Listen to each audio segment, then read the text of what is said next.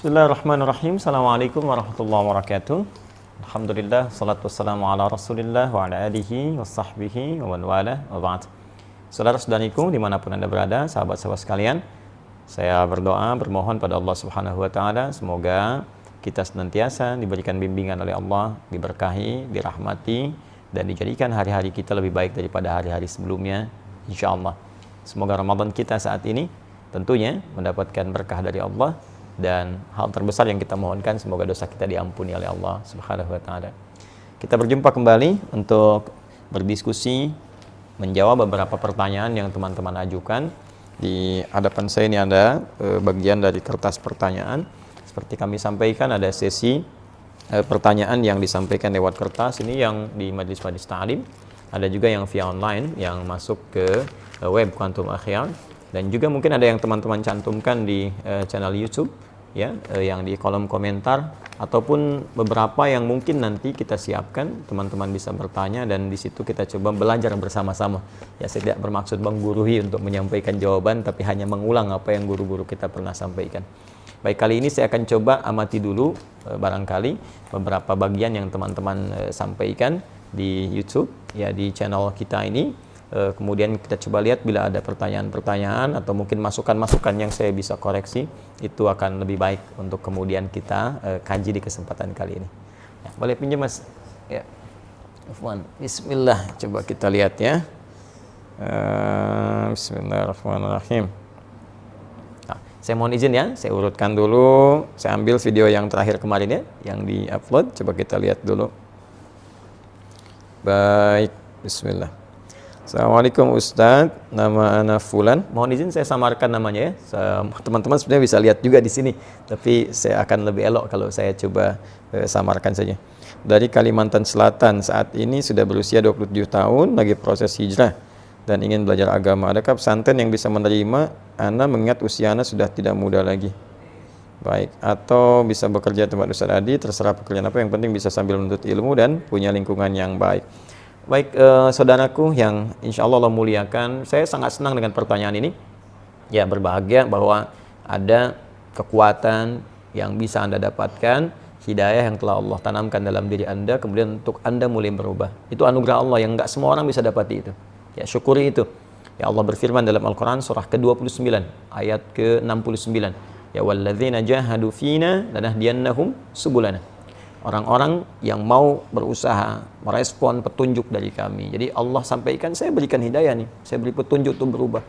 Ya, kadang-kadang ada yang datang lewat pendengaran, kita tiba-tiba sedang duduk dengar azan, kok kenapa bisa dengar gitu? Ya, padahal orang lain nggak dengar, Anda dengar. Ya, tiba-tiba Anda lewat dari pekerjaan, datang hidayah lewat mata, terus lihat masjid, lihat orang sudah berangkat ke masjid. Padahal Anda biasa nggak lewat situ, tapi tiba-tiba lihat orang sholat.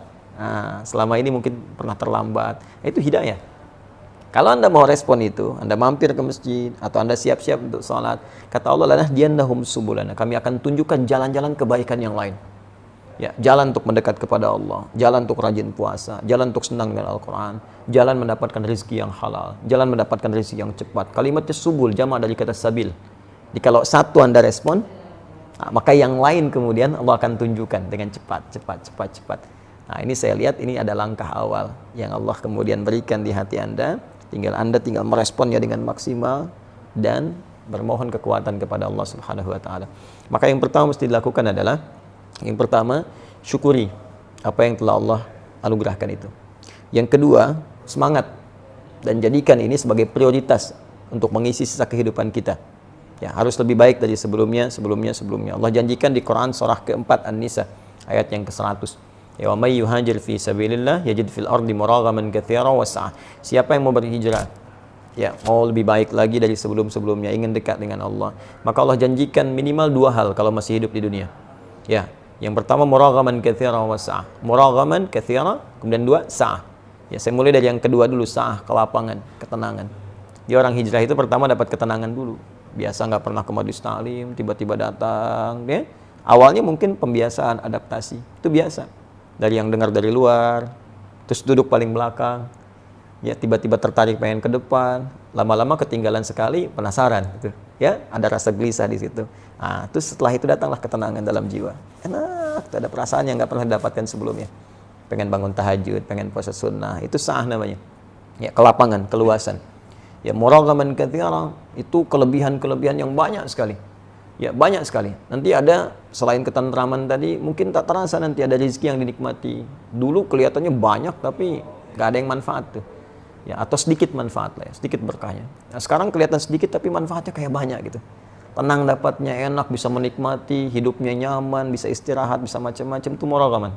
Bisa juga bentuknya rezeki yang didapatkan, nambah, sesuai dengan keperluan untuk ibadah. Nah, kemudian apa yang harus dilakukan oleh teman-teman, terutama yang bertanya seperti ini? Baik, pertama datangi majelis ilmu. Tidak harus juga datang misalnya langsung ke kami, ke Bekasi di sini. Tidak, teman-teman cari yang terdekat dulu.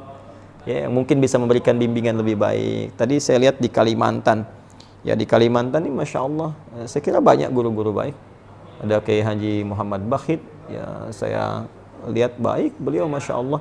Ya, putranya Kiai Haji Ahmad Mughni, ya, dengan Sayyidah Zainab itu Masya Allah, orang baik, orang tawadhu, ya belajar dengan beliau. Ada juga mungkin guru-guru yang lainnya yang kira-kira bisa memberikan bimbingan langkah-langkah awal.